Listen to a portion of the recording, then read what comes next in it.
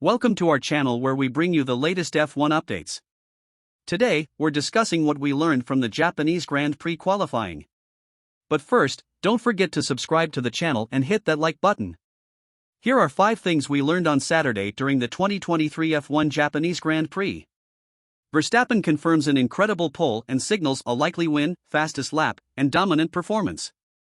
Verstappen's favoritism in Japan grew with each session, culminating in a pole faster than everyone else. In normal conditions, without any issues, it's easier for Max to achieve a hat-trick or even a Grand Slam than to lose this race, given the huge gap between Red Bull and the rest of the field, especially the struggling Perez. McLaren positions itself as the second force and must aim for a double podium. While Perez is coming fast with a very competitive car, Ferrari and Mercedes are expected to join the battle. However, McLaren should target a double podium this weekend. Even if they can't achieve it, the Orange team needs to think big because the car is improving and opportunities are emerging.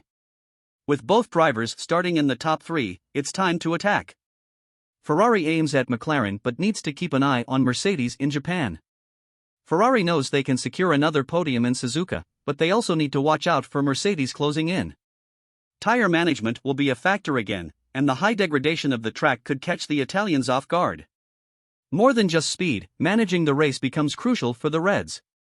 Leclerc's chances of a comeback lie in taking care of the car and staying alert because Mercedes will play with tactics to compensate for their lack of speed. Perez arrives with the obligation of a second place, which probably means he will fail.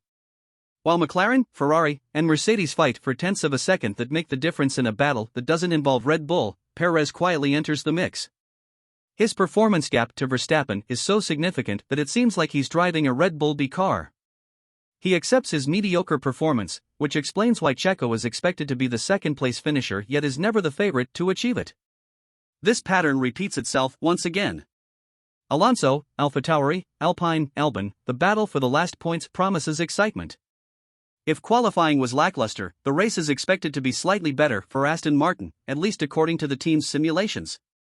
Therefore, Alonso is the natural favorite to lead the midfield behind the top 4 teams.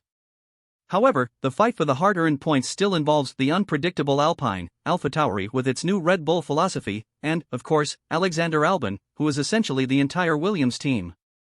Surprisingly, AlphaTauri poses the most significant threat to the 2-time champion from Spain.